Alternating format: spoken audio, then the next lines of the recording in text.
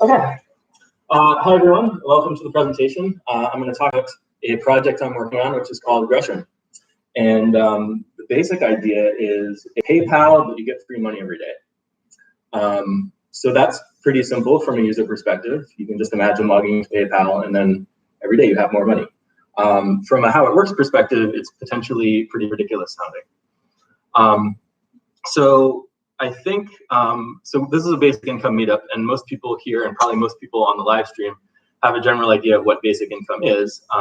So if you're paying attention, you recognize that if it works, if this preposterous thing works, then this is an implementation of a basic income. It's everybody getting free money every day.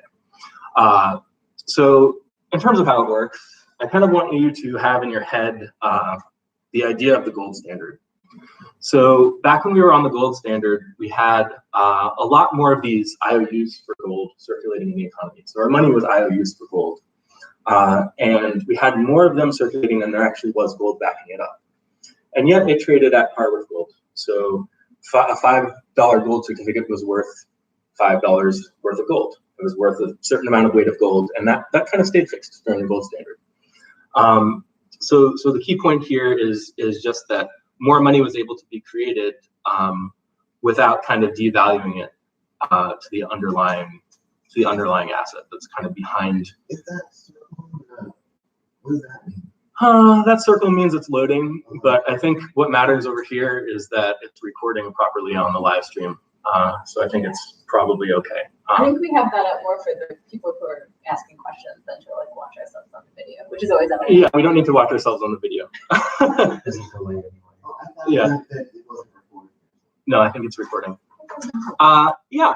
So basically the way the Greshm system works is the United States dollar is basically the gold that underlies the Greshm system. So we've got a reserve of the United States dollars. It's going to be in our bank account, the Greshm bank account somewhere. And then when you use your Greshm account as a user, you link your bank account, and when you deposit money into your Greshm account, that draws money from your bank account, and it helps build the reserve of the United States dollars in our system. And when you withdraw money, it withdraws money from our reserves into your bank account.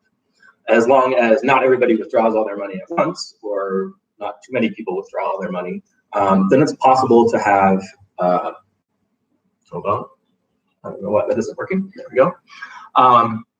Yeah, then it's at least conceivably possible to have more money circulating in the system while still having enough reserves backing the system that when people do withdraw it, they'll be able to get their money back at par, one-to-one, much as we had during the gold standard. Yeah. So you could go to the bank or the central bank and say, I've got these dollars, and you get that amount of gold. Yeah. So the question that naturally arises at this point is, okay, well, how do you prevent the system from, how do you prevent people from just withdrawing all their money and draining the reserves out, especially as you're creating more and more money within the system? Why don't people just say, oh, I've got this money, I don't trust the system anyway, so I'm just gonna withdraw as quickly as possible, and then the whole thing falls apart.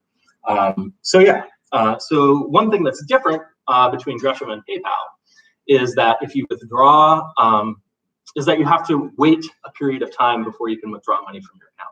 So you can always spend money with any merchant or anyone who's accepting the Greshm payment. Just like if someone accepts PayPal, you can use PayPal with them. But in terms of withdrawing it into your bank account, you have to sit on that money for a little while. So you could imagine a scenario in which everyone panics and wants to withdraw their money at once, but they can't. So they're going to do the next best thing, which is to get rid of the money, and then it starts circulating. But then now it's in other people's accounts. So the waiting period, the amount of time you have to wait on before you withdraw that money, has now increased, and it actually helps protect the reserves of the United States dollars that are backing the system. So it's kind of anti-fragile in that way. Yeah, so I think that's the main key thing that kind of keeps Greshm going. I want to manage this as a nonprofit company, kind of for the benefit of everyone. And I am going to need some funding of reserves initially up front, and the plan is to kind of crowdfund that. If you guys have read the white paper, you see that I have some various funding mechanisms in there that we can get into when I start answering questions or when you start asking questions. But just assume, like, if you're like, okay, well, this works. Now, Alex, you figured out a way around, every law there is, and you're able to print money and hand it out to people for free, whatever. Like, I'm not expecting you guys to believe that this is going to work to begin with, but if you do believe that it works, your next question is going to be, well, now you're printing money and just throwing it at the economy. Isn't that going to cause inflation? Like, what happens when the government prints money? Doesn't the price of everything just kind of go down because now you have more money? And it depends. And I think it's not the case that if the government were printing money, that prices would necessarily go up. And part of the reason for that is that in terms of, in order for prices to go up, well, first of all, it's not just about the amount of money, it's about the amount of spending. So if someone just has a bunch of money over here and they're not spending it, that doesn't affect prices at all because they're not buying anything. So it's about the amount of spending relative to the amount of stuff that's being produced. And kind of the whole point of basic income, or a big part of the point of basic income, is that there's excess productive capacity in the economy that's going unused. So the point is to get people to spend money, and then that spending induces more production in the economy. So if you have more spending, but then you also have more production, then prices kind of stay the same. So if you're in an economy that's kind of maxed out, it's producing everything it can, then the basic income isn't really going to help. You're going to start having problems like inflation. And if your basic income is so high that you have inflation, then you're kind of doing basic income wrong. It's just, yeah.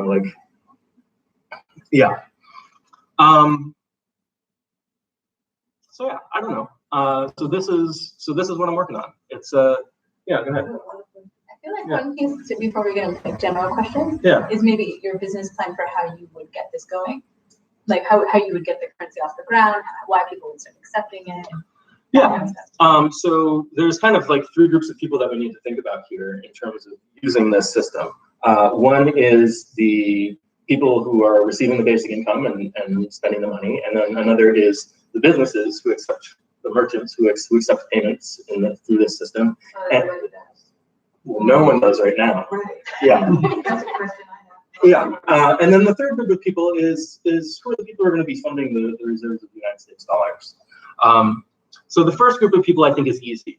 I go up to someone who, we're going to initially start by targeting lower income people who don't have that much money anyway, and I say, hey, do you want, $10 free a day? You can spend it at this list of merchants. What are they going to say? They're going to say, I don't believe you. This is bullshit, but I'll take it, and I'll go try to spend it, and whatever, I have nothing to lose. But you can get them to take it even if they don't believe it. And then the second group is the merchants. And if I go to a merchant and I say, hey, Bethany, your store is doing okay, but it could be doing better. I'm giving all these people all this free money. Do you want those people to be your customers? And you're going to be like, no, this is, this is a scam. I don't believe it, blah, blah, blah, blah, blah. So I'm going to say, okay, well, I've got it set up where I've got this certain amount of money set aside, the reserve of the United States dollars that's back in the Greshm system.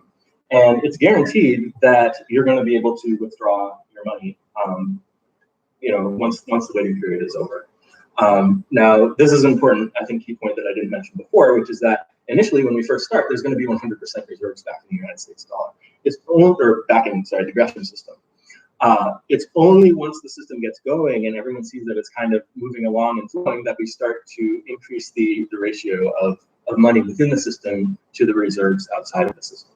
So the ratio, you mean how much more you have that isn't backed up, like the gold standard? Right. The excess of money within the system compared to the reserve of the United States dollars that's back. Yeah, Richard. How would you handle like taxes if people spend the Greshm and they return whatever they bought? Would they just get $1 back? And if people can get around the system that way? I mean, that's up to the merchants. The merchants could return Greshm to them again. They could return the payment that was sent in. And I think most merchants would probably do that. But taxes is an interesting point, and it has to do with one of the ways that this system can fail, which is that by law, you have to pay your taxes in United States dollars.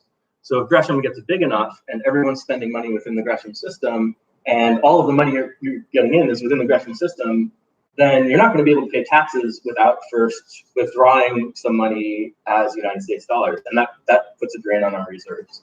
So there reaches this point where there's this tension, and hopefully we're big enough by that point that the government recognizes that we're too big to fail, and that if the system crashes, then everybody's losing their basic incomes, which they kind of depend on, and which the economy depends on. What taxes would you be paying if you didn't have an income? If you were just getting free Greshams every day, you wouldn't have to report income taxes at the end of the year. Well, if you're just one person and you're getting free Greshams every day, you probably don't have to pay taxes. But if you're a merchant and all the people you're selling to are paying in Gresham, then you're going to have to pay taxes on those revenues. Right. Yeah. But it is sales tax, Yeah, sales taxes and income tax. Like if you have a job and your employer is paying you, using Gresham, then you're going to have to pay. It is interesting legally though, because Alex point is you'd have to make some new legal designation for being paid in Gresham. And Gresham has to be recognized as a currency to be taxed, right? No. So you can be paid in all kinds of different ways, and as long as it's translated into United States dollars and you're paying the taxes in United States dollars, then it's fine. Yeah, like if someone gives you a car as a gift, you have to take the equivalent dollar amount of that car and pay it in dollars, right? Yeah. The first thing that the word free. Yeah. Right. Okay, so now I'm thinking we've got to balance out the lease. So if you're taking Gresham money and giving it free to people that have to spend it. Yeah. You just realistically completed this. How do you make it up the amount of value that is being spent? The only group that I would know that actually is able to do that is the World Central Bank. It has to balance out the value. All you got to earn on this cost, either through this for free, to make up for what's now being spent. It's like there's got to be value added to it. It's got to at least balance out. So maybe more than that. Can you phrase that in the form of a question? How do you get free to balance out? I think so the question is similar to Mal's similar question too. Yeah. I think that's a similar question. Yeah. So Nelson is asking if we're giving out free money. So I should be repeating the questions that people asked in the live stream here. Nelson is asking if people are getting free money, then where does that value come from? It has to kind of balance out somewhere. Is that correct, Nelson? Well, because you put in US dollars first to back up the free money. So now you're actually creating a deficit here. It's affecting somebody, whether it's invested into. Now their investment has just dropped. So I'm going to. I'm not trying to be honest. Right. So I think a key point here is that the way that Gresham implements basic income is exactly the same as the way a government would implement basic income. And you can't implement the basic income without printing money. And that might sound shocking to you guys. And the next thing I'm about to say is going to sound even worse, which is that the government can't spend without printing money. It's impossible for the government. Every time the government spends, they're printing money. So you might object to that and say, oh, but they're taxing over here, and that's what allows them to spend over there. And yes, it's true that they are taxing over there and they are spending over here. And I would encourage us to think about taxation as destroying money and spending as creating money. And I would ask us to think about, if you're destroying money in one part of the economy, how does that allow us to create money in another part of the economy? So for example, if Bill Gates is sitting on a pile of cash or something like that, and you destroy some of his pile of cash, how does that free up your ability to spend elsewhere in the economy? Because he wasn't spending that money in the economy anyway. So in some sense, that money wasn't in the economy. So it can be kind of tricky because we tend to think about like there's a certain amount of money out there, and you have to get money from here to kind of put it over there. But that's not. But in terms of what matters for prices, it's the spending, and the spending people put into the stuff that they ordinarily buy, like we were talking about before. You're only going to get inflation if the spending exceeds the production. And Bill Gates was not spending his pile of money on production, yet we're giving people money over here that is being spent on production. So we've created money at that point. Does that make sense? Well, from what I got from your reply, you're really saying do the same thing that central banks currently have the ability to do. Yeah. And they do it through Yeah. So there's only a couple of countries in the world that are not part of that system. So one of the ways to think about Greshm is that I'm kind of creating a central bank for this currency that sits on top of the United States dollar. And I'm going to use an example that I stole from John T. Harvey, the guy who wrote this book. Imagine an economy where there's two people in it. These squares are people. So this is me, and this is Bethany. And let's say I pay Bethany $100. $100. And let's say that Bethany pays me $50. So now I'm in deficit, and Bethany's in surplus, right? Compared to where we started, Bethany has $50 more, and I have $50 less. So which one of us would you rather be? Would you rather be Bethany, or would you rather be me? Well, most people who face income necessarily don't want to be Bethany. Yeah, most people are going to want to be Bethany. So, yeah. So in the real world, Bethany is the government, and I'm the private sector. Or sorry, no, I'm the government, and Bethany is the private sector. So congratulations, you are Bethany in the real world, because the government is spending more money when it's running a deficit. The government is spending more money into the private sector than it's collecting through taxes. Yeah. So the idea is, like we talk about government deficits and government surpluses. When the government is in deficit, that means the rest of us are in surplus. When the government is in surplus, that means the rest of us are in deficit. So we're losing money in the private economy. And if we're losing money in the private economy, then that means, like if we're assuming that prices are stable, that means that less stuff is being produced. So we kind of, if we have the capacity to produce more, yeah. Does that make sense? Yeah, it does make sense. And the last person that has tried that against the central bankers, because he was, let's say, big enough at the time that he could probably pull it off. The last person who tried it. Venezuela. Well, yeah, I mean, so Venezuela. Basically, yeah, that's why it is the way it is, because it's central banking, and they're told. Okay, so Venezuela is an interesting situation because they're like an oil country, and there's a lot of interesting factors going on. Central bankers that put the screws in a lot of ways. Sure. If you have a question, ask a question. Okay. Anyone else have any questions? Yeah, Brian. Yes. So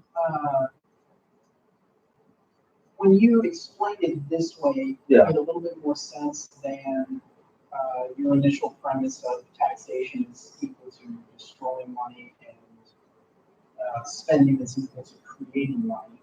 I don't really understand the idea of taxation as destroying money. Well, and then maybe this is tied into the other thing that I thought. I'm not an economist, but I've been told that money in general is not it's not a zero-sum game. You are actually generating value. And this kind of goes back to the ultimatum, I guess, of any currency system is that you have a reserve that's actually a fraction of all the currency that's circulating in the system. Yes. So the first question is, how is taxing destroying money? Because Brian doesn't really see it in this picture here. And then the second question, which I guess is more of a, trying to confirm that this is the case, is that money isn't necessarily really zero sum. And this example is zero sum. I understand it's only two people, but this example is zero sum. So I'm kind of this example, it could be zero sum, but I could also give Bethany another $100, right? So now I'm further in deficit, and Bethany, or the public sector, is further in surplus. So I think the way to think about taxation as destroying money is just that you can think of these as separate operations. So if Bethany pays $50 to me, and I'm the government, then it's as if that money doesn't exist anymore. And if I pay $200 to Bethany, it's as if now there's $200 new in the economy. Now, if this money that Bethany paid is money that she wouldn't have spent anyway, then you're destroying money, but you're destroying money that wasn't really doing anything in the economy. Okay. Is it active? It's as if it doesn't exist. Because it's not being spent. Because it's not being spent So it's as if the money doesn't exist because it's not being spent into the productive part of the economy. And because the government can just print more money, so. Yeah, that's, but if we're not spending it, then it's also not Alex, Is it one of the primary ways that governments finance that by issuing bonds to people who expect to be paid back? yeah, so that's a good point. So Elliot's question is, well, when the government goes into debt, isn't it that they issue bonds that that the people who are holding the bonds are expecting to be paid back? And the answer is yes, but I would say that that is kind of a minor detail. And the reason why it's a minor detail is because there's a liquid market for this debt. So nobody's ever expecting the debt to be paid down, but they are expecting the individual treasury securities to be paid back when they come due. But there's these instruments, these treasury bonds, they have a price. So if the price ever gets too low, then what ends up happening is, we haven't talked about the Federal Reserve yet, but the Federal Reserve buys up the excess treasury debt. So then what you have is one part of the government is owing money to another part of the government. And then it's kind of a wash. And in the end, what you've really done is you've just printed money. You've just added money to the economy. So I would say that that is not a serious factor. Yeah, go ahead, Brian. Before we get to the Federal Reserve, Yeah. I wonder why is the government a special agent? Not a special agent, but why is the government a special agent in this system? So why is the government special in the system is the question. And the answer is, I'm getting the feeling well, that they, for whatever reason, they behave differently, because when you pay them money, it disappears. When they pay you money, it's like adding it to the economy. well, the government is special for a few reasons. But in terms of paying people money and having it disappear, that's not unique to the government. If you give, Bill Gates a bunch of money, that's kind of money disappearing too. And as money accumulates kind of in rich people don't spend their money, really back into the economy as much as, like you or I would. So when you spend, money can go to different parts of the economy. And if we just by convention say that the government is outside of the public sector part of the economy, and we're thinking in terms of the public sector economy, then the money has disappeared. And we could look at other parts of the economy that way, and it gets complicated and stuff like that. Yeah, go ahead. You made saying that rich people do not utilize all their money in the economy. Mm-hmm. Well, my understanding of what rich people do is what you would call their excess. Yes. If they put that money to work for them to generate more money in the economy through stocks and bonds and owning other assets. Right. So Nelson's question is, I said that rich people don't spend their money into the economy, but maybe it's more accurate to say that they put that money to work for them, by having it grow in the financial sector. And I think that's right. Rich people are going to be putting their money in the financial sector. They're going to be investing and trying to grow their fortune, et cetera, et cetera. But the question is, how much of that money that's kind of bouncing around the financial sector is going to circulate back into the productive part of the economy? How much of that is going to go into, ordinary people buying food and stuff like that? And the answer is that a lot of it doesn't. And the mechanism by which some of it does is the labor market. So that's kind of like some of it kind of trickles out to the labor market, but not all of it. Yeah, I just wanted to add to that because I think it's kind of vague. It was a little big and maybe it was leading to say it's not going into the economy, but the economy is a lot of different things. And I think something kind of unstated is that you're really interested in the use of like physical resources and other kinds of resources, and so it's a productive part of the economy. So Bethany is pointing out that maybe it was a little too vague for me to say that money was not in the economy. So I was saying, the productive part of the economy, but what I mean by that is the actual stuff that people buy every day. So when we look at the general price level, when we're measuring inflation and stuff, we kind of attach that to a basket of goods using a price index. Like you guys have all heard of the consumer price index. So the consumer price index does not include stocks and bonds and other financial instruments, and luxury stuff is not as much a part of the consumer price index. So in terms of the prices of the things we generally care about, what matters is how much money is being spent on the things that we mostly care about for everyday people. Yeah, Jason, go ahead. Maybe I'm just a little confused, but it seems relevant that some of this money is flowing into companies that produce more efficient means of manufacturing the types of goods that we care about, like food and basic appliances, things labor saving devices. Yeah. So that seems to be, a type of flow that you're interested in, right? Yeah, so Jason is pointing out that some of this money is flowing into businesses that are actually helping make the economy more productive by developing technologies, et cetera, et cetera. And I think that's right. So, the question is, how much of that, what level of flow into those businesses is optimal? And, how many of those businesses need to exist and are good businesses and worth investing in and that kind of thing. And we don't really have, we can't really answer that question empirically by looking at the economy now because, there's, they all seem worthwhile. They're all being invested in at some level, but maybe, interest rates are lower than they would be in an optimal economy. So maybe some of those businesses wouldn't be in business. But we don't know which ones they are until we kind of get things working a little more efficiently. And I think this brings up the issue of the labor market, which is that, basic income solves one really important problem. It solves the problem of how to get spending money to people. People need spending money in order to be able to participate in the economy, in order to be able to, live the best lives they can live. The economy isn't going to produce what people don't have the money to buy. So how do people get spending money now? And there's a few ways, but the main way we kind of expect is through the labor market. And I'm going to say that it's impossible for an efficient labor market to provide optimal incomes for people in terms of being able to buy everything the economy has to offer.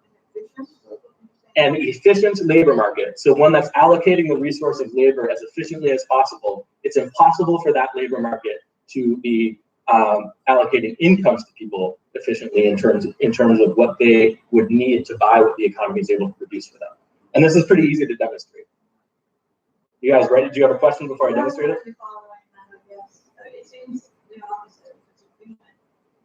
So, yeah, I should be more clear. So there's two things we tend to expect from the labor market. One is that it efficiently allocates labor as a resource. So the right amount of labor is going into producing everything, and we're producing, an optimal amount of stuff and all of that. And then the second expectation is that it provides incomes for people. And my position is that these two expectations are at odds with each other.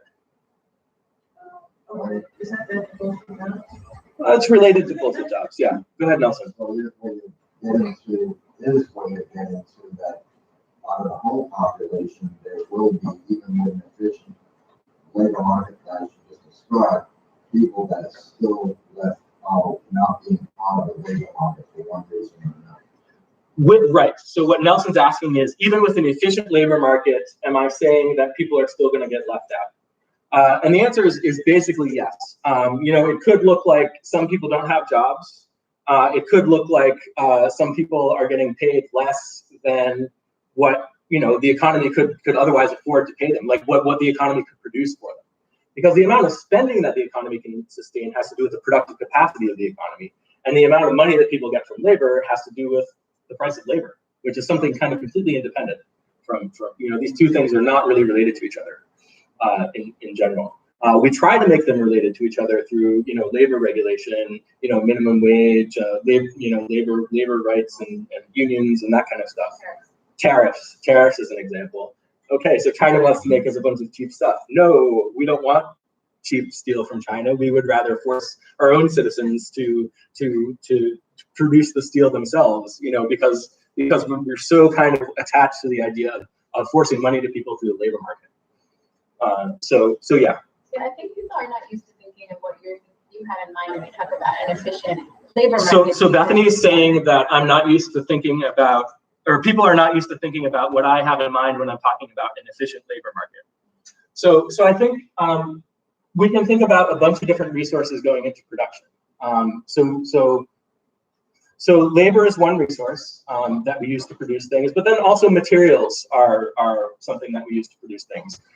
So let's take the instead of talking about labor, let's talk about a different resource that's not as complicated. Let's talk about wood and how much wood is going into producing a boat, for example. It's really inefficient if you chop down twice as many trees as you need, and you're trying out the boards, and half of them don't fit, so you throw them away, and then you've wasted half the wood, and that's not a very efficient use of wood. So you can think about labor the same way, and it has nothing to do with how much people are being paid, or how much they deserve to be paid, or how the quality of the jobs for the workers. It has more to do with the use of the labor. So that's kind of the first concern that I'm talking about when I'm talking about efficient allocation of labor. Does that make sense? So people's time is being used sort of maximally efficiently for the production of the goods. Their time and their talent. Right. So Bethany's saying, so people's time is, so in an efficient labor market, people's time is being used optimally for maximal production of the goods based on the amount of labor that's going in. And further, you're saying that if that were the case, then people wouldn't be making enough money to actually buy food and stuff. That's what you said earlier. I'm saying if that were the case, I'm not making as strong a statement as some people wouldn't be able to buy food, although I think that's true. People wouldn't have disposable income after buying food. It's more that people wouldn't have the optimal level of income to get the most of what they could get out of the economy, right? So a lot of times we think about basic income as being sufficient to pay for people's basic needs, but really the optimal level of basic income is the one that allows the economy to produce everything it can for the benefit of the people. And it'll only do that if people have the money to buy that stuff. So the optimal level of basic income, we don't know what it is right now, but it could be something that's well above, what pays just for people's basic needs. Can I just flesh that out a little bit? Yeah, For go ahead, example, Bethany. if you get hit by a meteor or like you have a massive war, that amount might be very low because the economy just can't produce very much. But if you So have can a you speak really, louder? if you have a war, you have a catastrophic event, then the amount might be very low, according to Alex's idea, because you can't support very much production anyway. So you can give people all the money you want, you're not going to get any production to match that. You'll just have inflation. On the flip side, if you have a well-functioning economy, a lot of technological advances, globalization, et cetera, maybe you can support quite a lot of production for people. So it's in Alex's mind, it's not like a moral amount, or it's really an amount like you want to get as much as you can out of the economy. That will depend on the capacity of the economy. It's not a moral thing because a sweatshop would be the most efficient use of labor. Well, I think I just kind of want to clarify what Bethany is saying, which is that we can imagine a world in which people are living in poverty and the economy is still working as efficiently as possible to produce everything it can for people. And then people are suffering. And that's bad, and it's bad that there's poverty, but there's nothing really we can do about it because our resources are limited. We just get hit by an asteroid, right? So there's, we can't make enough food for everyone. Now, that's not the world we live in. The world we live in, we have more resources than that. And the tragedy isn't that people are suffering, but that they're suffering needlessly because we're living in a world where we can provide for them. Or your example of the Great Depression is an uncontroversial example of the same thing. Right. So in the Great Depression, the capacity was better than in the 1920s. So we had the capacity to produce more than people were getting. So that's I think an uncontroversial example of a kind of case where you're not tapping all of it. Right. It wasn't like all our factories got destroyed or something in 1929. It was, purely financial stuff happened. So now people didn't have the money to buy what the economy was capable of producing. If you'd had a basic income then people would have the money and that capacity would be activated. And then, we would actually be able to make use of that stuff. But that's not how we responded to the Great Depression. We did a little bit better after the 2008 crisis by injecting more money into the economy, especially the Federal Reserve with, quantitative easing, but also we had a lot of fiscal stimulus as well, which is just the government doing that, spending more money. Yeah. Yeah. Any questions from the live stream? Oh, the live stream. Yeah, have you been paying attention? No, I got two. Let's see. Madeline's been saying.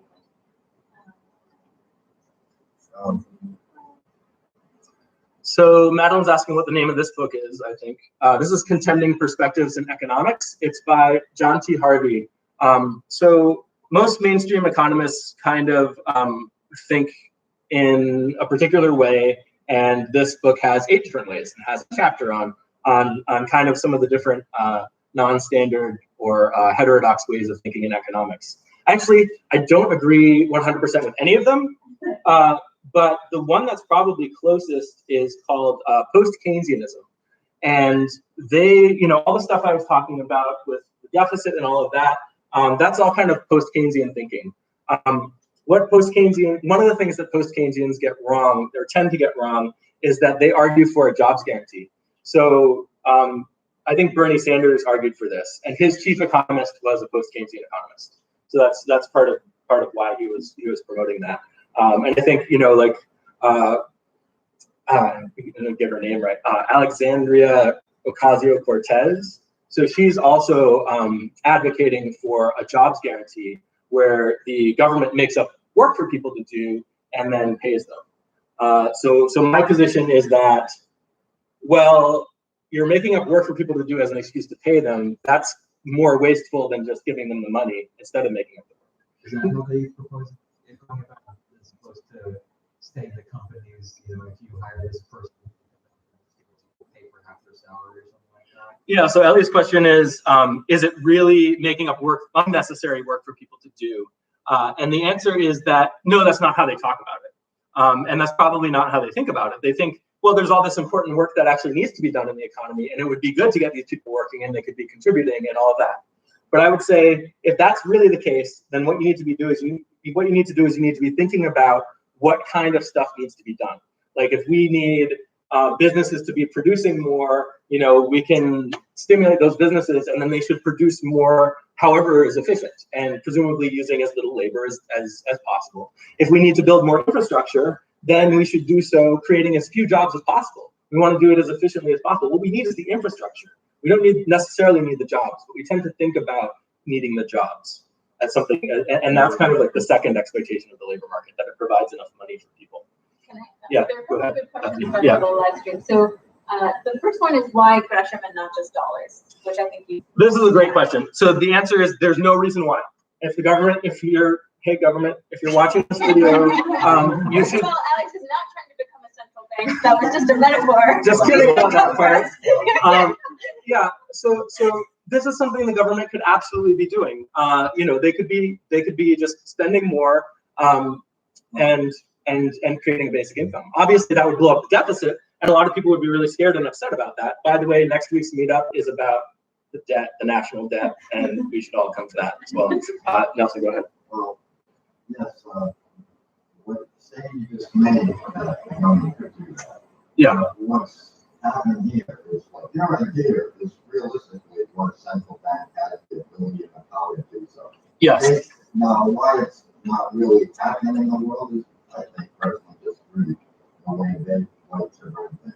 So, okay. The government here, the US Yeah. government, is actually having to pay interest to money that is created by, you know, the World Bank. So Nelson's pointing out that the United States government, when they borrow, they have to pay interest on that debt. Because of the way it's set up at the moment. If they were just printing money, then, you know, it would be a different mechanism. But I would say that the interest also doesn't matter. Because, like I said, it's a liquid market, and if there's too much outstanding debt, if the price gets too low, which means the interest rate or yield gets higher, then the Federal Reserve will just buy up the excess debt. So the government is paying interest to itself as well. Yeah. So, are you saying the Federal Reserve is a private agency? So I would say, no, that's not correct. The Federal Reserve is part of the government, and the Federal Reserve is part of the government. I would encourage you to read the Wikipedia page on the Federal Reserve, and I can give you all kinds of resources to learn about the Federal Reserve. So this gives me a great opportunity to plug the Economics of Money and Banking course on Coursera, which I think is fantastic. And I talk about it all the time. I tell everybody to take it. And yeah, just check it out. It's fascinating. It's taught by an economic historian named Professor Perry Merling down at Columbia. And he goes through like the history of central banking, how it evolved, and the history of the Fed, and all of that stuff. And I think you'll love it, Nelson. And you might, you know, get inspired by, you know, some of the stuff you see in there, and might want to argue with me about it, and that's great. So back to I was gonna go back to Madeline's point about what's wrong with the dollar. And again, I want to say there's nothing wrong with the dollar. And Nelson thinks that the reason the government isn't doing this is because of greed. I think it's not that. I think it's not quite that simple. Okay, he's not blaming the government, but.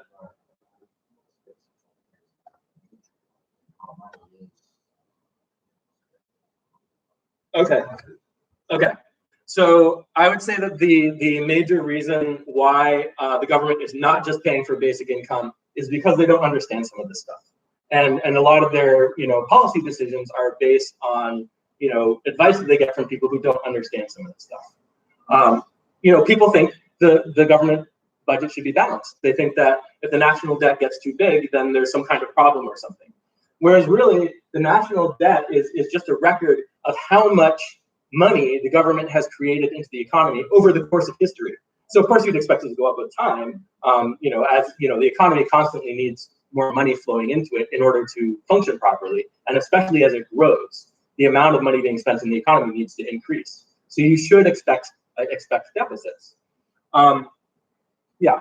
So I think there was another good question. Another good question. And then just you remember that Jason had a hand too, but yeah. Another one that came up very briefly is this question of bargaining power for the worker. And do you mean by an efficient labor market that people are in sweatshops, like Joan was saying, that how does sort of the labor conditions relate to what you mean by an efficient? So the question is, how do labor conditions relate to what I talk about when I talk about an efficient labor market? And I would say that we can go back to our scenario in which we don't have the resources to provide for everyone and everyone's poor, and like if the children don't work, then the whole family dies or something like that, and then you would have child labor, and it would be something that was kind of optimal for the economy or something like that. But we live in a world where we don't necessarily need to go that far. So an efficient labor market probably means fewer people are working, not more people are working, because this is not necessarily something that everybody agrees with.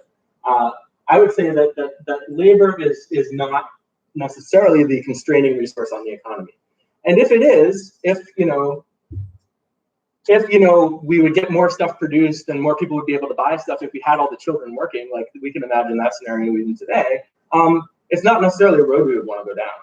That's maybe not optimal for people's well-being. I guess what this is bringing up for me is it seems like there could be, you could introduce a desirable inefficiency into the labor market with a basic income. And what I mean by this is like you give people a certain amount of bargaining power, you may not get as efficient sort of a use of their labor, because maybe it's more efficient to train someone and have them work 16 hours a day, but they choose not to do that. So Bethany is saying that it could be desirable to introduce some kinds of inefficiencies in the labor market. And I would say that that's true not only of the labor market, but it's true of other resources as well. Like there are many resources that go into production in our economy that, in an ideal world, we would want to conserve those resources and not use them so much, like fossil fuels and, chopping down the rainforest and all of that kind of thing. Or we might not want to pollute all our clean water and stuff like that. So maybe we don't want the economy to be operating at its full productive capacity of what it could produce right now. We want it to be operating at kind of the full sustainable productive capacity, and at a level that's optimal for people's well-being. Yeah. But it just seems like basic income would introduce that because of the bargaining power that it gives to people. So basic income is certainly, if people have more money, then that creates more bargaining power for the worker. So if we're imagining a world in which our resources are really constrained, we maybe can't afford a basic income.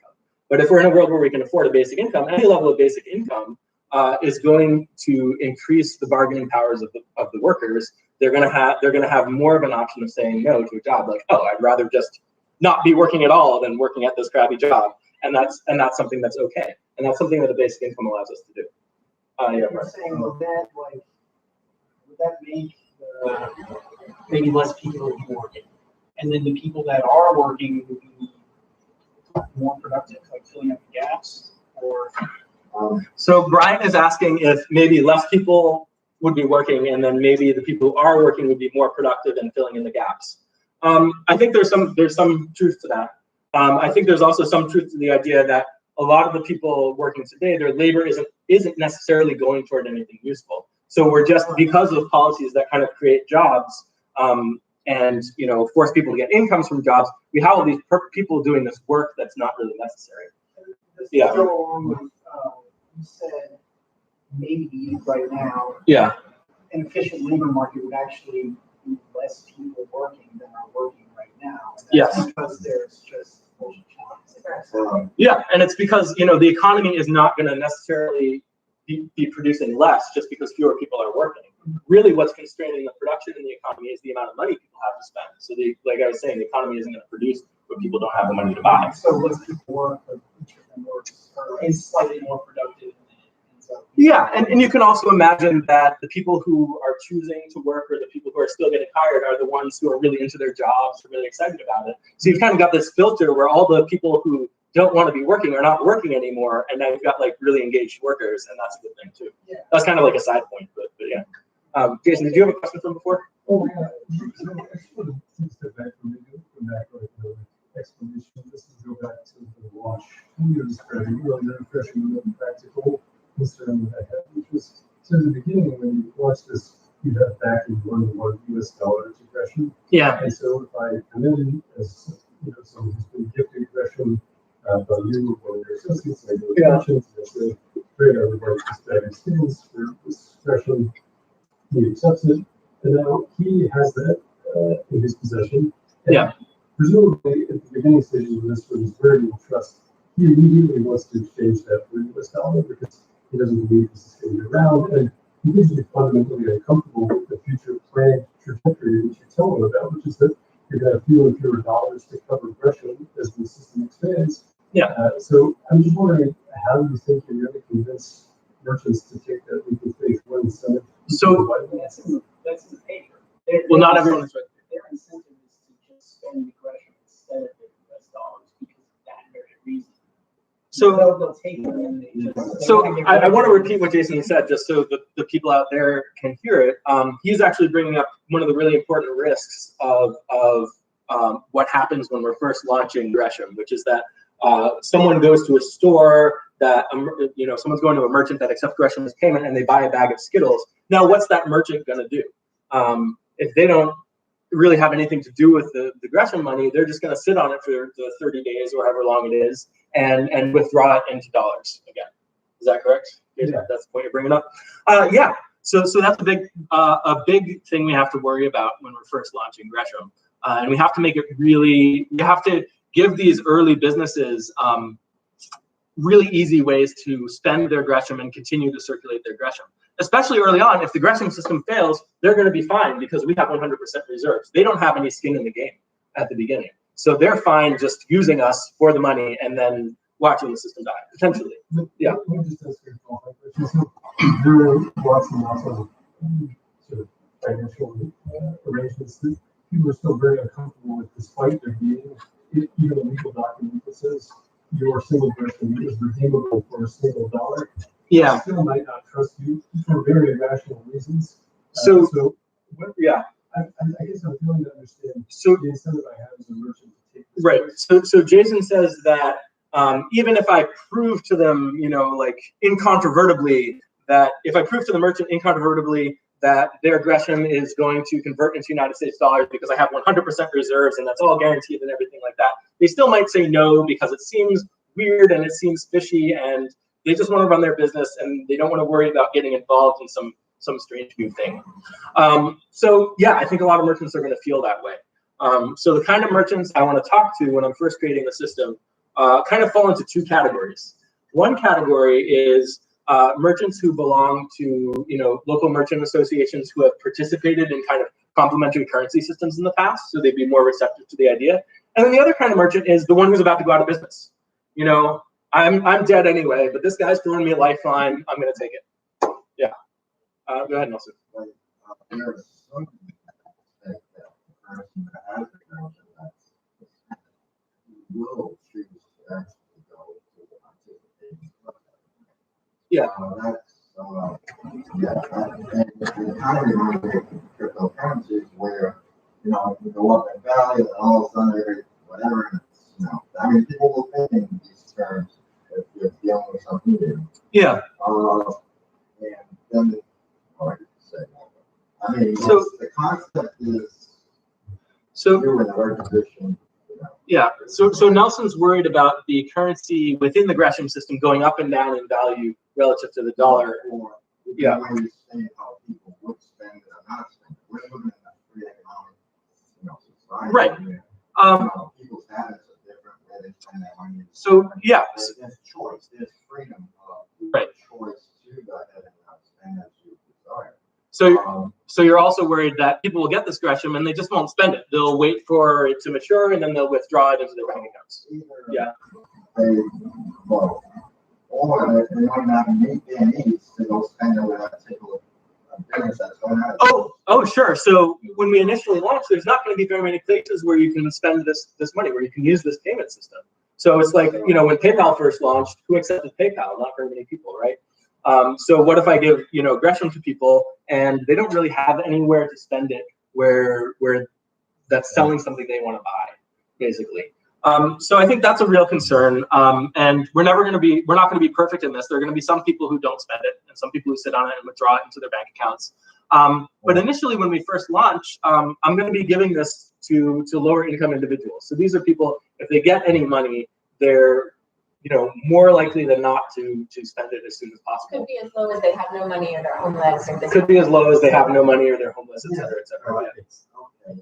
No, that's fine. Yeah.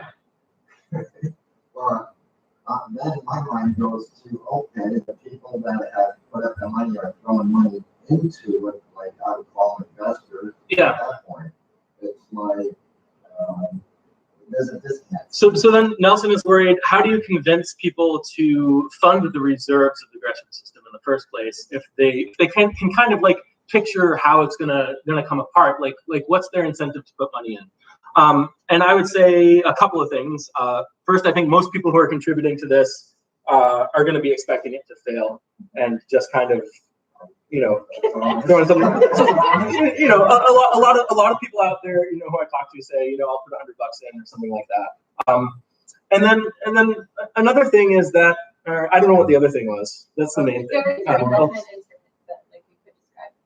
I could describe that. So there's a couple more things. One thing is that if people are just using it as a payment system, like PayPal or something, if you buy something with PayPal, it draws from your PayPal balance, and then if your PayPal balance isn't enough, it draws from your bank. So that just happens kind of passively. And that same mechanism is going to be there with Greshm. So if people are spending money and it goes beyond their Greshm balance, then that actually sucks more reserves into the system. So in that way, some reserves are always being added passively to the system. So that's the first part. And then the second thing is, I don't know how many of you guys read the white paper, but one of the funding mechanisms that's going to be built into Greshm is something that I call Greshm notes, which are basically, it's like a debt instrument. It's like an IOU for Greshm at a particular time in the future. So you buy them using the Greshm currency within the Greshm system. I mean, people are going to be thinking in terms of dollars, but you buy them at a discount, and then you get paid back in full, also in the Greshm currency later. So you're not gonna be able to default on it, but the risk is still there, and that the risk of the system crashing. So people will still have the same concerns. Yeah, go ahead, Ellie. I was thinking that this reminds me a lot of the foreign currency exchange system, because if I buy something from a Japanese merchant, I'm going to pay them in dollars. Say I pay them $100 for whatever it is, and they have $100 and they can't spend dollars in their account system. They need to spend things in yen. So yeah, they can either have it exchanged for yen and pass it on to somebody else, or they can put that $100 into some kind of an American investment where they expect to get some kind of return. Yeah. And so it seems to me that what's needed maybe in the Greshm system is if you have some kind of expenditure that you're expecting, like you want to build a building, it's going to cost $1 million. Yeah. So you're kind of issuing notes into the system, and that's kind of how you're expecting to get paid back, is by introducing people who have an incentive to want to. So the merchant who receives money from people who issue these Greshams has a choice of either cashing out, like you say, or they can put it into some kind of investment. So they can put it to the guy who needs to build that building. So it basically becomes another kind of currency. Yeah, I mean, I think that's the idea. And then the other option is, of course, we want to make it really easy for them to spend it. So if this merchant gets paid for the Skittles, we want to give them a way to spend the money further on. And that's going to mostly involve moving up the supply chain so that they can buy their Skittles from their supplier using Greshm and stuff like that. Initially, even merchants who accept Greshm, most of the money they get is not going to be through the Greshm payment system. It's going to be regular dollars. So they only need to spend a tiny portion of their total revenues in order to get rid of their Greshm, right? So we want to like find ways to make it easy for them. They can provide, bonuses to their employees in Greshm or pay some in Greshm, and that's an incentive for those employees, especially initially, to come back and buy stuff from that same store, if it's a store. And then also, like when you're at the grocery store and you're checking out groceries, and they're like, oh, do you want to donate, a couple bucks to whatever charity or something like that? That money can be Greshm too. I think,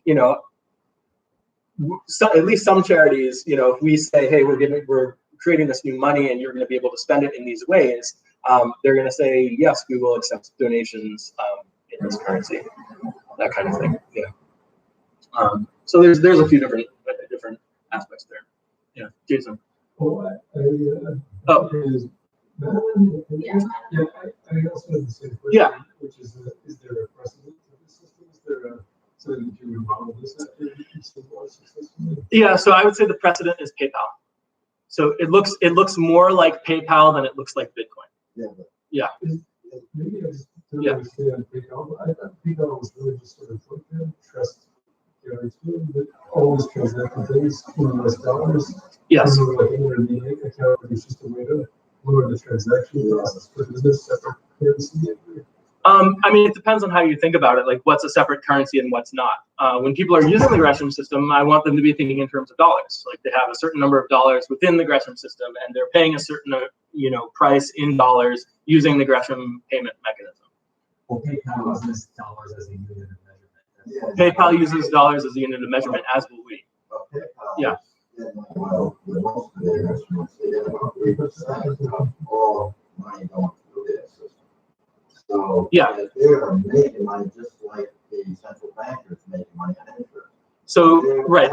You don't see it because it's a merchant that's paying. Yeah. So and that's similar to credit cards. So what Nelson's saying is that PayPal, what's different with PayPal is they actually make money on the transactions, and they're trying to earn a profit. Whereas Greshm is going to be a nonprofit organization, and the big thing that's different with Greshm is that we're kind of creating money within the system and expanding it more beyond. So we're actually kind of, from our perspective, we're losing money because we're constantly handing out money. Yeah. So the precedent for that expansion would just be the history of economics and like the history of money and banking class kind of goes over that. Yeah. So the precedent for this, I think, is just how money works in general. So this is A Market Theory of Money by John Hicks. Fantastic book. He's a famous economist, and this is not what he's famous for. But this is a really short book. It's the last book he ever wrote before he died, and it really talks about kind of how money works and where it comes from and how money's created. Yeah. Go ahead, Jason. Yeah. The same thing Mr. saying, which is everything in PayPal actually uses US dollars, just paying prices in US dollars. And so the question, would it also be transparently that you're paying prices in US dollars? The question was just like guaranteeing it or just or yeah. So Jason's asking, so he's pointing out that PayPal, everything is in US dollars, and with Greshm, is it also going to be in US dollars? And the answer is basically yes. There's some different mechanisms behind the scenes, slightly from PayPal, but it's basically the same thing. We're keeping track of prices in US dollars, and people are depositing US dollars from their bank accounts and withdrawing it back into their bank accounts as US dollars, and it's all kind of US dollars inside the system.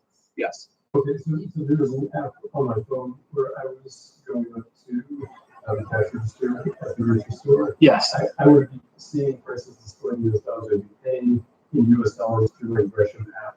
And yes. I would never actually interact with a separate currency at all. Yes. You're paying in US dollars through your Greshm app. That's the right way to think about it. And we have a rule in Greshm where the merchant partners are required to set, you're required not to set prices differently when people are using Greshm payment system. So sometimes you go to the gas station and they have like one price for the credit card payments and then one price for payment in cash. With Greshm, we're saying that's not allowed. So yeah, go ahead, Nelson. Okay. You could have that happen, transactions going through it. Yeah. At this day and time, there's only a few companies that have been able to almost like sidestep the system to be able to do that. Otherwise, you're having to go into the system and having to get, the processor plus the bank behind them to give you the thumbs up. And So, otherwise, you can't even.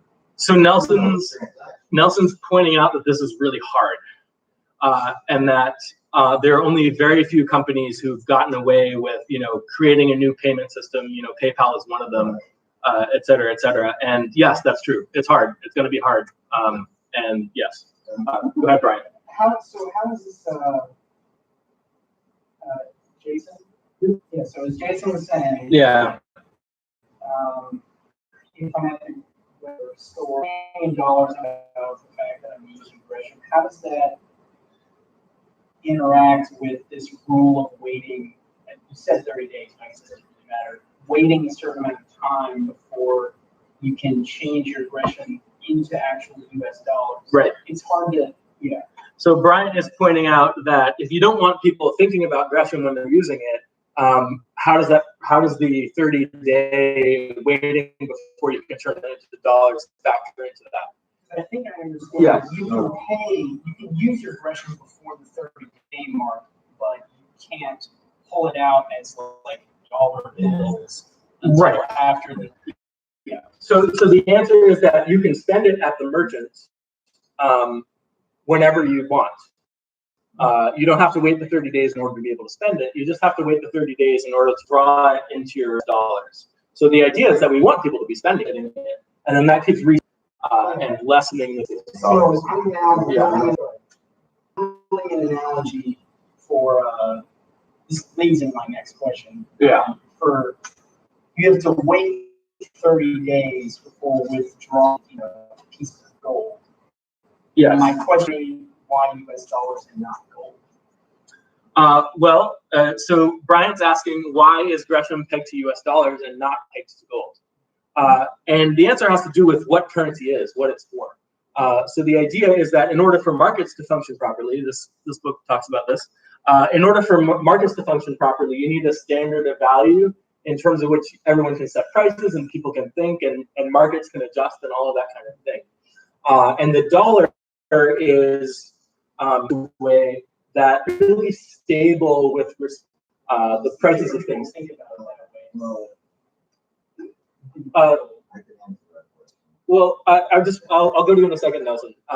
So gold is much less stable as a standard of value. There's a reason why we're not on the gold standard anymore, and that's because gold is not a very good form of money. It's not a very good form of currency, because like we did a little bit with the gold standard. Like I was saying, we had these pieces of paper that were IOUs for gold, and we were able to expand the supply a little bit as the economy needed it. Reached some stress points where a standard of value, in order to have a really stable dollar, we needed to break away from the gold standard. So the dollar is the gold standard in monetary stability. So that's why. So that's the answer. Anyone else? Yeah. So if I wanted to deposit 100 Greshm to the bank, why would the bank accept it? So you're not going to deposit 100 Greshm at the bank. Your 100 Greshm is going to be sitting in your Greshm account. And if you want to withdraw it into your bank account, when you click withdraw, presumably withdraw, there's the underlying USD gets withdrawn from reserves, and then that's what goes into your bank account. Yeah.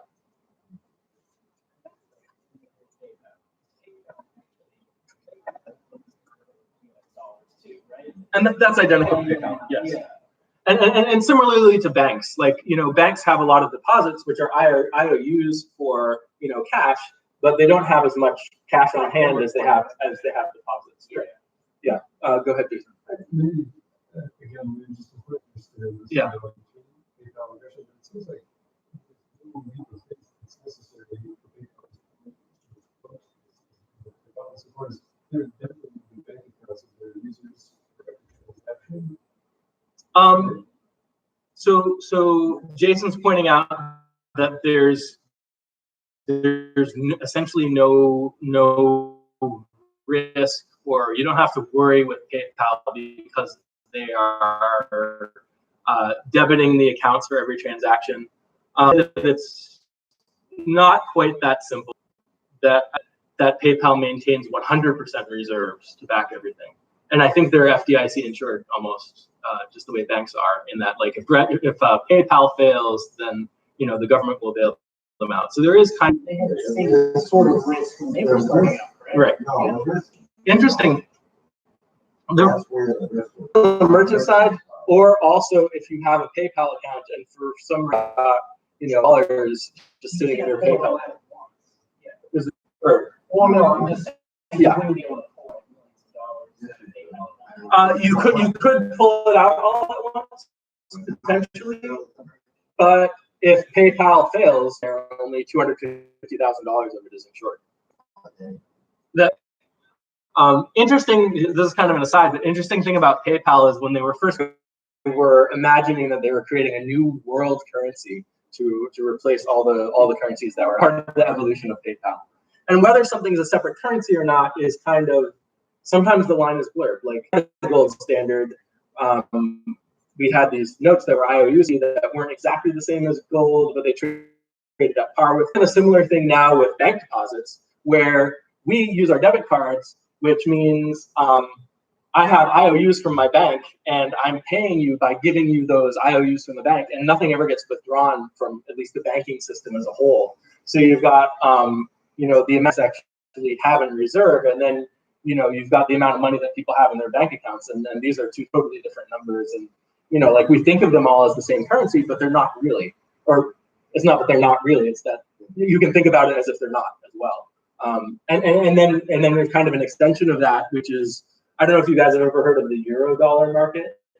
So if you have a deposit in dollars in a bank that's outside of the United States, that's not able to be backstopped by the Fed, then what they're using as their reserves is actually deposits in American banks that do have their deposits at the Fed. So there's kind of like a second level of indirection.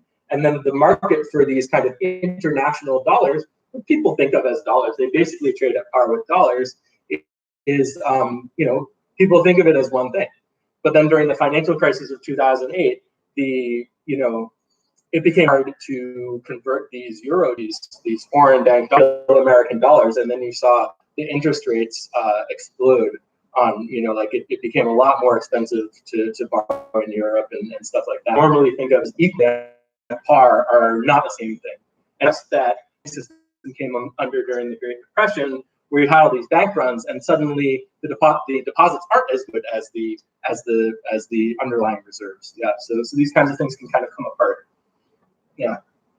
Go ahead, Noel. Yeah. Well, I mean, we're talking about PayPal, that's really a transaction device. I mean, it's not a Greshm dollar that has a kind of ideal driving it. I mean, it's not just, and it has to do with giving people money. That's not what PayPal is about. So my mom is pointing out that PayPal does not have a basic income associated with it. PayPal is just a transaction device. And the way I would encourage people to think about Greshm is that like PayPal, except it's got a basic income too, right? So it's both.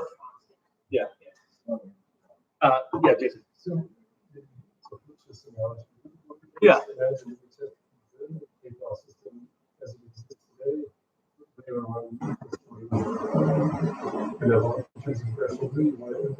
Yeah. So he just started handing PayPal dollars to people. You just said, tell them if this price was different, whatever. Yeah.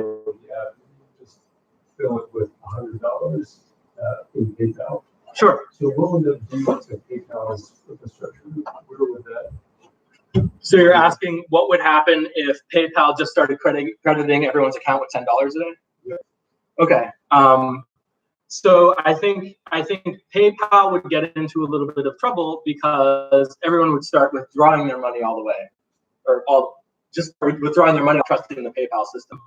Now, what protects Greshm waiting period is the 30-day term to maturity. So if people panic in the Greshm system, like you might still see the same psychology, people not trusting the system, et cetera, but they can't just withdraw their money, they have to spend it. And then the spending actually protects the reserves that are back So in. if PayPal did both things, like started giving people money and implemented this period of time. So you're asking if PayPal could steal my idea? Well, I think we're just trying Yeah. to understand if there's any other difference, or like if you just added these two things. I think if you added these two things, then PayPal will have successfully implemented the basic income and stolen my idea, and I can go back to the other things. Yeah. So why? I think they don't do that. They don't, and there's probably also a lot of regulatory stuff, and they have their way of thinking. I mean, hi PayPal, if you're watching this, can you make this happen so I can go about other things? Thank you. Yeah. What seems very neat is that you said people might stop trusting, and then your answer is, oh, this 30-day mandatory waiting period will prevent any panic run on currency. Right. It strikes me that the 30-day waiting period isn't itself sufficient, and that people will still begin to distrust the system and migrate away. That's my intuition about this. But it seems like there are alternatives to PayPal out there, like cash or whatever, that doesn't do this. Why would I take the risk by keeping my money in PayPal if I know that I have strong possibilities of long-term erosion of my assets inside of that app? So Jason is asking, even with the waiting period on being able to withdraw Greshm, it seems like people would have an incentive to withdraw their money as much as possible. And I think that's right. But the same incentive to withdraw the money is also the incentive to spend the money. And they can spend it now, and they can't withdraw it for another 30 days. So I think that's kind of the key thing. And then in terms of, with the analogy to PayPal, if people are just using it to make payments and just passively being drawn from their accounts from their bank accounts as they make payments, that helps boost the actual back in the Greshm system as well.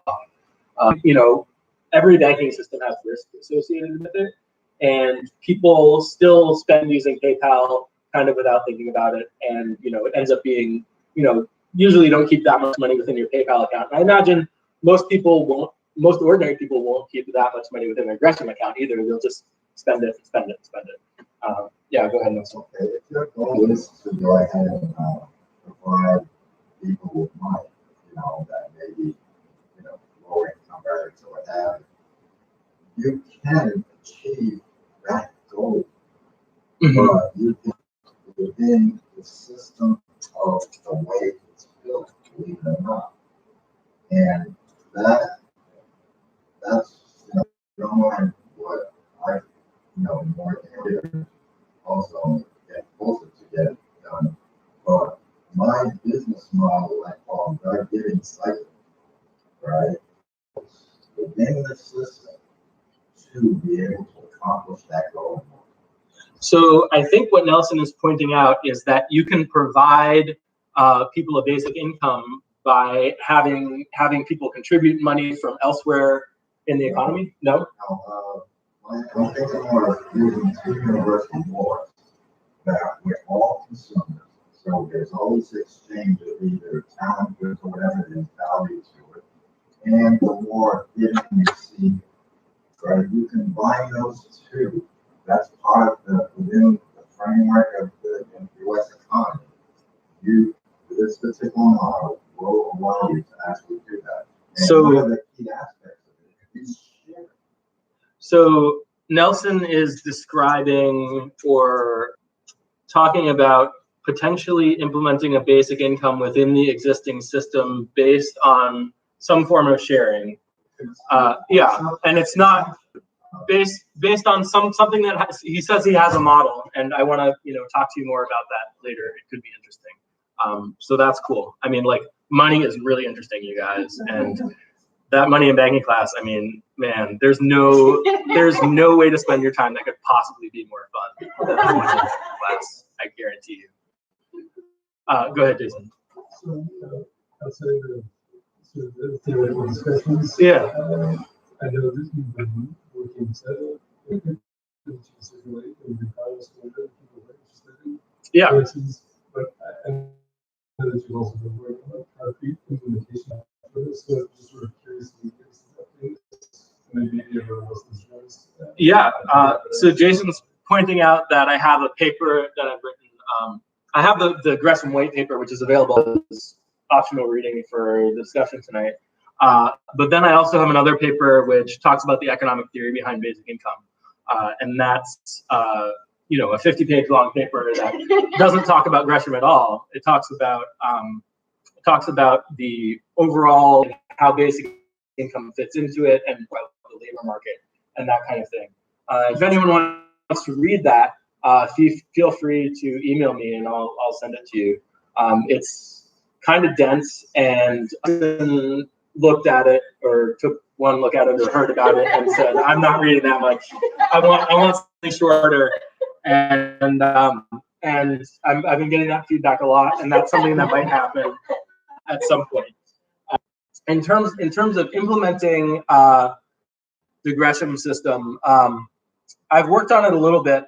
Most of my work has gone into kind of establishing the theory and making sure that it's correct and making sure that I can convince other people that's correct, this kind of thing, except this is the first time I actually talked about it in front of a group of people. But yeah, we read this book, intensive applications, and it really helped me gain some clarity on some of the hype around blockchain and stuff like that.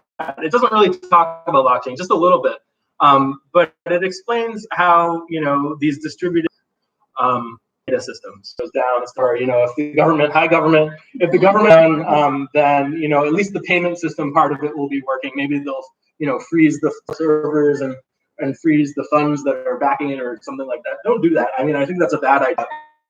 This is a good thing. It's good for people. It's good for your people. It's good for everyone.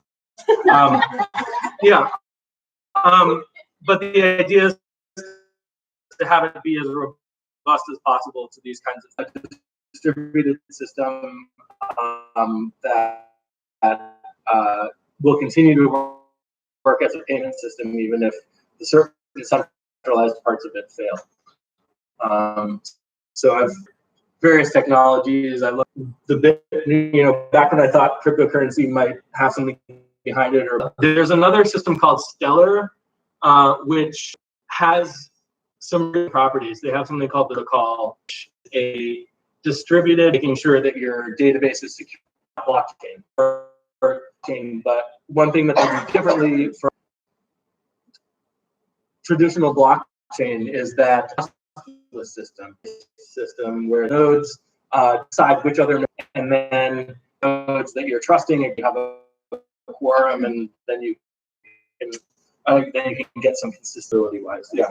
Maybe Go ahead, worth Brian. it to just continue comparing and contrasting your idea, against the typical blockchain distributed thing. Because it seems like you still have the distributed idea is common, but you said you decided against blockchain. Yeah. So Bryant wants some more and what I'm doing. So I think one of the most important things that you can't really get with Greshm is not technological. Like the technology is I came up with this idea. I'm like, what's the best way to implement it technologically? The innovation is economic. And a really important thing for any currency is that it acts as a stable standard unit of value, like I was saying before. So you can set prices, et cetera, et cetera. And that means there needs to be some kind of monetary policy that if market forces are going to push prices in one direction, the monetary policy comes in and pushes it back in the other direction. My monetary policy is very simple. I'm pegging it to the dollar. But in that sense, I'm piggybacking on the monetary policy of the dollar, which is a lot more sophisticated. So I think the difference with cryptocurrencies is there's this kind of expectation that somehow just because a bunch of people are using it, that somehow affects the value of the currency within the system, and that's not correct. That's not how currencies work. And I admit that Bitcoin does have some value, but it's not because of anything fundamental. It's more because of there's kind of this speculation, that it'll go up in value, and you don't want currencies that change the value, even if they're always increasing in value. You don't want that out of the currency. The current currency is not the thing you store your value in. Like you hear cryptocurrency people talking about, oh, it's a good store of value. You know, like you need your currency to be a store of value. It's the same thing that the gold people say. But currency is not supposed to be. I mean, currency is a store of value, but it's not. If I want to store a bunch of value, I don't want to store it in something that's stable. I want to store it in something that's expected to grow over time. So currency is the thing you spend, not the thing you save. When you save, you're saving in other kinds of financial assets that are expected to increase in value over time, like stocks and bonds, or maybe Bitcoin if you think it's going to go up. But I would not invest in Bitcoin. Yeah, go ahead, Jason. So the nature of the question is sort of like, what do you see as the most immediate steps that you need to take to get this idea to implementation? And your response was you've been looking at some fundamental technologies. But Yeah, it's sort of an interesting response in that I'd be surprised that that's the first thing that comes up in the room. Like, I don't know, consulting a lawyer or talking to actual economists or currency specialists. yeah. It seems like the technological implementation stage is like downstream of those other concerns. Yeah. So Jason's pointing out that maybe there are some earlier steps before working on the technology, such as talking to macroeconomists or talking to lawyers, et cetera, et cetera. Talking to lawyers, I've talked to a bunch of lawyers. Unfortunately, they'll only talk to you so long before you have to pay them. So I've talked to a lot of different lawyers for a very short amount of time. And yeah, so there's kind of a chicken egg situation here where, you know, I would need to get funding to really pay a lawyer, that kind of thing. For macroeconomists, if you know any macroeconomists who want to talk to me, I think that's a really good point. And I think having some of this economic theory validated by a real economist would be fantastic. That would be great, just to be vetted and everything. Like, I'm pretty solid on the theory, so I don't need someone to tell me to go read a book. I need someone to read what I've written and give me feedback and talk about it. I have emailed John Harvey. He emailed me back saying he would look at my paper, but he's a busy guy. I connected with him because we're both fans of Star Trek Deep Space Nine, and that was cool. So I don't know. But yeah, everything you said is right. It's all correct. Can I just add a little bit? I mean, Yeah. probably like you have the technical expertise. He has the technical expertise to do that part on his own more. So in terms of like building towards funders, that's just like one of the steps you can take relative to some of those others where he doesn't have legal expertise. So Bethany is pointing out that in terms of the technology, I can build it myself. So sometimes it makes sense, you know, to just do the thing that I can do because it doesn't depend on other people. In terms of getting an economist to talk to me, that is not something I have 100% control over. I put my feelers out as much as I can, but that's something that'll happen when it happens. And the lawyer, you know, depends on money, and money is also something that happens when it happens. And if I have something built, you know, a prototype to show people, that's an incentive for people to pay attention to me as well. So yeah, so it's kind of a multi-pronged approach. Yeah. Go ahead, Nelson. Speak about something that brought up earlier. Yeah. You are correct in your statement that once we get off of the standard goal, we were able to expand our economy in that aspect. Now, the flip side of that, I would not only have I read, but I've looked through it, I'm older and I've seen it occur. Because gold used to be the standard for all money as far as US dollars were concerned, a lot of other currencies. It allowed for that certain value that was solid. So now, when a company was producing, you know, some goods with workers, you know, they would share from payroll some of, let's say, the efficiencies, what they gained from making them more productive, being, you know, more efficient. And so it seemed to keep in check the, you know, the worker and the wages he made and the company would have it. Once there are times that I've discussed this, once we took the goal away from that, that's when income inequality began to happen. Practically became much more efficiency because of computers and other things, right?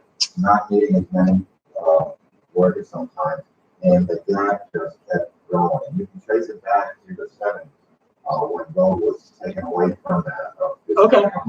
So you're right. They did it for the reason of expanding the economy. Yeah. You know, so I think what Nelson's pointing out is that some things are a lot simpler when you're on the gold standard. In terms of figuring out monetary policy, it's just a matter of, you know, maintaining the gold, expanding, the money supply as you can, but you've got this constraint. So there's kind of limits that are imposed on the system that kind of go away when you take away the gold standard. And there are still, without the gold standard, there are still constraints there. They're just not as obvious as they were before. Like there's still limits to how much money the government can spend, how much money the government can create, et cetera, but it's not quite the same as it was before. I think Nelson is saying that there might be some connection between leaving the gold standard and the rise of inequality. I'm skeptical of that, but that's certainly something we could talk about more another time. Ellie, did you have a question? I was going to ask if you could explain the causal relationship between leaving the gold standard and income inequality, but maybe that's a topic for another day. I think that's probably a topic for another day, unless nobody else has any other questions. Yeah. You might have seen it on, the internet. When they did a study in research and everything else on all the money in the world, right? And in this country especially. And they stacked it up. Like if you stack $100 bills to how much you had, right? Then you have the population, right? Compared to this. And you start out like 360 million people left. And you start out like this, and then it goes eventually like this. And then they actually had to create another chart for the top 1% that went common. That I find the most fascinating study that Howard has done about, let's say, money and inequality. Yeah. So the word inequality is coming up a lot, and I want to be clear that basic income doesn't really address inequality in the way that we normally think about it. It doesn't, basic income is giving money to people. It's not taking money away from the rich. Certainly you could tax the rich and that would be destroying money for the rich, but it's not, in terms of what the basic income can be, that has to do with what kind of spending the economy can respond to. So basic income on its own doesn't really change in terms of actual monetary value, it doesn't change kind of the wealth disparity between the rich and the poor. If anything, it might actually accelerate it more because now people have more money to spend. And where does that money end up? It ends up with rich people, right? So there's constantly more money flowing into the economy, and then the rich are getting richer and richer and richer. But something important that's happened with the basic income, or that will happen with the basic income, is that the poor get better off. So in terms of inequality of well-being or something like that, everybody's living, potentially a really decent, good life. So in that sense, it might lessen inequality, but I tend to focus more on improving people's lives than necessarily kind of improving their relative standing to other people in the economy or something like that. But on the side note, there was a discussion that was videotaped, right, on inequality. Oh yeah, we had one of our meetups was on inequality. We talked about that.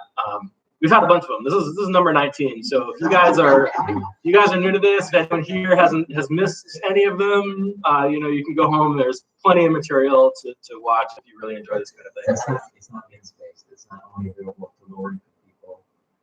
Right. So basic income is not.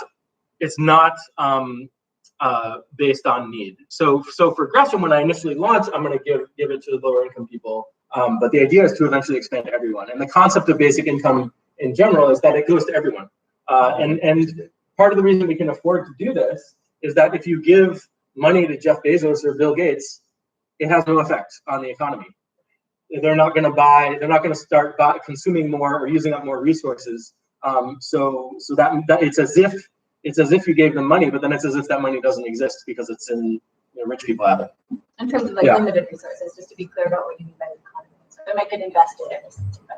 Yeah, but it's not going to be used, like Bill Gates isn't going to get $100 and then start, buying, $100 worth more groceries every day and using up those resources. Like he doesn't eat more than the average person. Yeah. So that's part of why it's affordable. Yeah. And it would actually cost, it would cost something to have to figure out who deserves the money and who doesn't. Like that's a cost. And then also, if you're giving money to only some people, then it's like, oh, those are the people who are getting basic income, like they must be poor or something like that.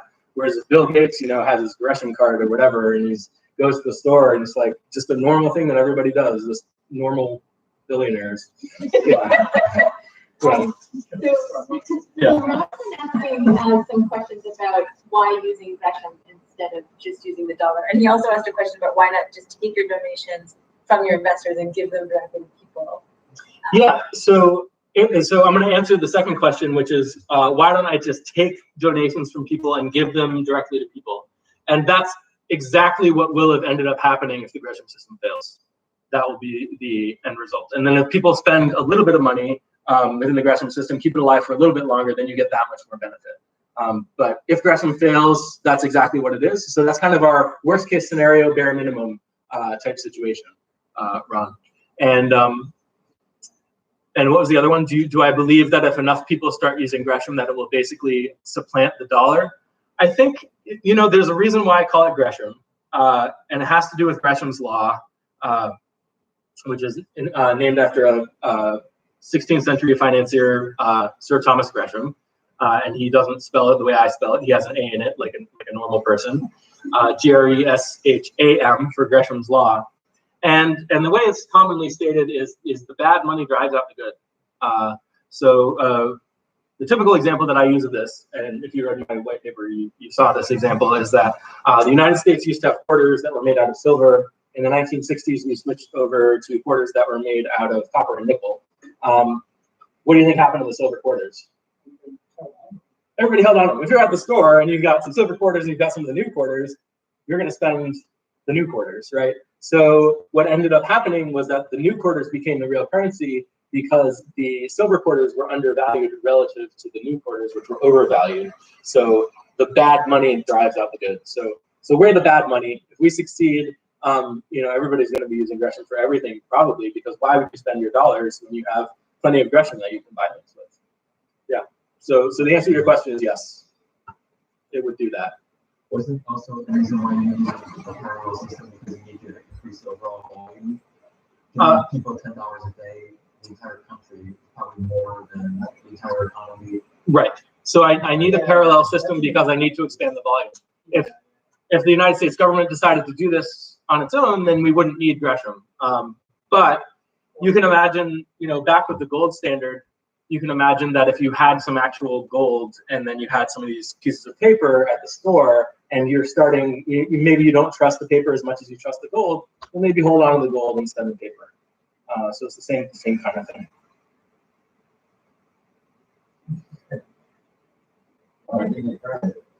Yeah. Anyone else have any questions? Have you talked a little bit about like why people would invest in it and how the investment would work? Did you cover all that you want to talk about with that? So Bethany's asking how people would invest in it. So I, you know, sometimes I use the term invest, but I usually use the term support because I'm expecting that most people are not expecting to make any money. So there's two main mechanisms. One of them is just donations, like accepting charitable donations. The plan is to have it be a 501c3 nonprofit. So that's pretty straightforward in terms of that part of it. Setting up the nonprofit is not as straightforward, unfortunately. And then the other mechanism is the Greshm notes, which I talked about before. So what I didn't talk about is that in the long run, ultimately Greshm is not going to be pegged to the dollar anymore. It's going to be a free floating currency. So the idea is that over time, we would gradually increase the length of the term to maturity. So maybe it starts at 30 days, but then after a couple of years, it's 60 days, et cetera, et cetera, et cetera. And then we eventually get to the point where maybe it's 5 years or something like that. And then we say, okay, Greshm is no longer convertible to the dollar anymore. And we have enough volume of transactions. People are using enough of this that we can institute our own monetary policy now, more in the way that the Fed does, and more sophisticated monetary policy to keep its price stable relative to the goods people buy. So just as the dollar kind of graduated away from the gold standard, Greshm is going to graduate away from the dollar standard. Did they do that? They graduated when the dollar left the gold standard. They sort of staged. So Brian is asking whether when we left the gold standard, whether it was this kind of planned out stage thing, and the answer is no. But it's what should have happened, and it's what I'm going to get right that they didn't get right. We left it temporarily for a war. I think, and then went back. actually, during World War I, we were the only country that did not leave the gold standard because everyone was sending their gold to us. All of Europe was sending their gold to us, and in order to buy, like weapons and military stuff. So we got all the gold after World War I. Then when the Great Depression happened, everybody else went off the gold standard again, and finally we did as well, at least for everyday people. So starting in the 1930s, you weren't allowed to own gold in the United States. You had to give all your gold coins, everything. You had to give it back to the government, and the United States Central Bank, the Fed, would pay out gold to foreign countries who were demanding gold for the dollar. So there was still a gold standard in that way. And then by the time the 1970s rolled around, there was more stress in the system, and the foreign countries were draining gold away from the United States, and the United States said, "Okay, we're done. No more international gold standard." And that was kind of tumultuous, and other things happened, including stuff related to a deal with Saudi Arabia and agreeing to set oil prices in terms of dollars and all of that stuff. They kind of kept the dollar on top, but yeah, it was a difficult process to get off the gold standard. So, two sort of related questions. Does Bank of America have gold installed somewhere? Well, since the 1970s, you can own gold again. So I imagine that some people are storing gold in bank vaults and like safety deposit boxes and stuff. Like, do they do it for this reason to back up their? I imagine that they don't. There are some institutions that hold gold that allow people to kind of own gold. So you can like go online and buy gold, and then some institutions will hold it for you. Yeah. My next question. When I invest in gold, what is that like? What is it like to invest in gold? What is it like? Yeah, what does it mean to It means it's not like I'm buying gold and having it shipped to my house or whatever. So it's like that. It's just not quite that. You're basically buying gold, and it's out there somewhere, and you have some claim to it. Yeah, I guess you could have. Yeah. But yeah, investing in gold is like investing in Bitcoin. You're basically betting that its price is going to go up, and there's really no reason why it would. I think a lot of the reason that gold has its value is speculative in nature, and most of the value of gold does not have to do with what it's actually used for. It just has to do with like historically it was money, and a lot of people believe in it. And that kind of thing. We don't make coins and gold. Right. There's a little bit of jewelry like what you're looking at. No, but Yeah. the good thing about gold is when paper currency fails or loses, Gold's value goes up. gold is a solid thing to have because there's So- only a certain limited amount in the world that is being advocated. So Nelson is saying that when paper money loses its value, that gold will still kind of be there, and I wouldn't bank on that, you guys. Most of the value of gold is not due to anything intrinsic to gold, and gold could lose its value or crash probably more easily than something like the dollar could, because the dollar's value is being actively managed by monetary policy. Yeah. I think that's my next very complicated question is I actually thought that currency was fed. I basically just thought that currency works because people believe that not that it has intrinsic value, but that it represents, that I did work last week and now I have this representation of the value that I added to the. So Brian is asking, what currency concretely represents, and I would encourage No, it's something. I would encourage everyone to think about currency as an IOU from the economy as a whole. So $10 is an IOU of $10 worth of stuff from the economy, and then it's the Fed's job to make sure to tweak the amount of spending in the economy to make sure that $10 worth of stuff stays about the same amount of stuff over time, and they're pretty good at it. Yeah. Well, yeah. But it's being actively managed by this. There's a policy there. It's being actively managed every day. The Fed goes into the open markets and manipulates things. The economics of money and banking costs does cover a lot of this. Yeah, A lot of the yeah, things you yeah. take for granted, like $5 in one state has to be in another city, another time, like not just time but locations. You know, the par of the currency across time and location is actively managed kind of that way. And so Alex is just trying to piggyback off of that instead of having to do it himself. Right. Yeah, I would say the dollar is, in terms of a standard of value, is far more robust and reliable than something like gold. Yeah. And that's a big part of why we left the gold standard. And you know, if we had been on a gold standard, it would have been really, really hard to implement the basic income, because then you're creating more of the paper gold, but you can't expand the amount of gold that's backing it up. Yeah, you're the same basically. Yeah, exactly. So you know, I think you know, a basic income would have prevented the Great Depression, but we were still coming off the gold standard, and we were still struggling with all this kind of stuff. And yeah, so partly history wasn't ready, and the other systems in the economy weren't ready for something like this. Yeah. Now, if you were basically come close to succeeding, yeah, like money. If I were ever to come close to succeeding, do I care about my life? Yeah, I mean, I care about my life.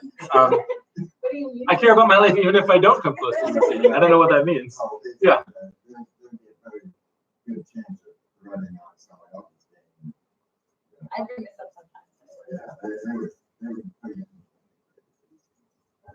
Oh, yeah, he's worried about me getting assassinated by PayPal executives. Elon Musk is going to come at me. Yeah. More like the government would shut you. Probably you would get shut down before something like that. Yeah. More the government that would be worried about. Yeah, I mean, my hope is that when I get big enough to be noticed by the government, it's not just that what I'm doing will be noticed, but also some of the effects will be noticed. Like they'll be noticing like how much of a positive difference it's making in the economy, that kind of thing. Yeah. None of this is certain, but yeah, it's my hope. You're also kind of okay with the same thing being done by the government. Yeah, I mean, so like if you got shut down and the government took over. Yeah, I mean, I'm okay with the government doing this themselves. They need to stop being afraid of a deficit, because doing something like this, creating this much money into the economy, is going to blow up the deficit. And they could, if they wanted to, try to balance it out with taxes. And I don't know if you guys have heard of Andrew Yang, but he's a presidential candidate, and he's running for the Democratic Party in 2020, and he's running on a basic income platform. But his whole thing is that he wants to implement a value-added tax to pay for a basic income.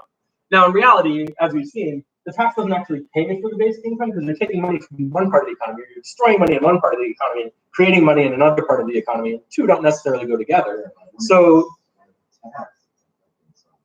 so the tax is affecting somebody negatively over here. So maybe he implements a basic income and it works, but he thinks that he's funding it through this tax, and that tax ends up hurting people over here, hurting the economy over here. So maybe you're kind of taking away some of the benefit of basic income. Yeah. Yeah. One of the things about Donald Trump is that he's really good at blowing up the deficit. And you know, I read an article yesterday that he wanted. Yeah. No. Well, it's interesting because. I know we're in the middle of Holland, but No, I mean, it's interesting because you guys all know about the Bob Woodward book that came out, and I was reading an article yesterday that was talking about part of that book, and he was telling one of his economic advisors, why don't we pay down the national debt by printing money? And everyone was like, oh, that's so stupid, he doesn't understand anything. But I mean, like, if you're gonna pay down the national debt is just a number. It doesn't mean anything. Like, you can cross it off. That's printing money to pay down the national debt. So I'm not saying Trump understands what he's talking about, but in terms of that, you know, that's like, if people are freaking out about the debt, just cross it off. I mean, he's not wrong, right? Yeah, it doesn't mean anything. Yeah, so that's funny. It's funny when I see stuff like that. It's funny usually because nobody ever agrees with you or says the thing that you think. Nobody ever agrees with me or says the thing I think, and the people who do agree with me and say the thing I think probably are saying it for the wrong reasons a lot of the time. Yeah. So next week is all about the national debt, and we're going to talk about it, and we've got some reading, and yeah, so we're going to get more into that stuff. Does anyone have any final questions about Greshm? Because we're getting to the end here. Maybe from the live stream. Ron's worried about the government coming after you, slash, not really coming after you, but sucking Gresham into its accounts. Everyone's worried about the government coming after No, me. no, Ron. Well, you're worried about it, and Oh, yeah. they're worried about it. True. Yeah. So the government will find ways to suck Gresham into its accounts. I mean, like, I think if the government is accepting Gresham as payment, that's a really good sign. That's very strong validation, and now you've got like, yeah, the United States government. If they're accepting my currency, then I'm golden. They can suck as much of it as they want, and I'll just keep creating more, and it's fine. Yeah, I don't think that's a problem. Yeah, Ron is saying that the French inflated their way out of debt a couple of times. So what he's referring to is that, you know, the debt is denominated in a certain amount of currency, and you know, if you actually do actively cause inflation, if you cause prices to go up, then the debt burden becomes less. I don't think it's necessary to do that. I think it's fine to sustain really high debt levels. You know, people talk about debt to GDP ratios. I don't think there's any kind of link there that really makes sense for you know, limiting what a country's debt should be. It's just a record of how much money's been If people created. wanted to research on this view in particular, like, would you be able to point them in a certain direction? Yeah, so resource on this view is John Harvey. He has some videos on YouTube that are interesting, but also this book containing perspectives on economics and generally looking at the post-Keynesian school. They agree with a lot of what I'm talking about. They want to create guaranteed jobs, just explicitly make up work for people to do. And I think they've basically, you know, got the ball 99 yards down the field, and they just need to get it over the line to a basic income. But most of the theory checks out. Another thing they're wrong about, that most of them are wrong about, I would say, is that they think that the value of money comes from the government's ability to tax. And like I was saying, if the United States government accepts Gresham as payment, that's a really strong, you know, that's a really strong form of support. But in order for money to have value, it just needs to be accepted generally in the economy overall. So if the United States government, for example, stops taxing tomorrow, the dollar would be fine. You know, they could still use monetary policy to keep the dollar stable. The Fed could still do that. Now, whether we should stop taxing tomorrow, I think there are some legitimate reasons why we should be taxing. I don't think one of them is to fund government spending. I don't think that makes sense.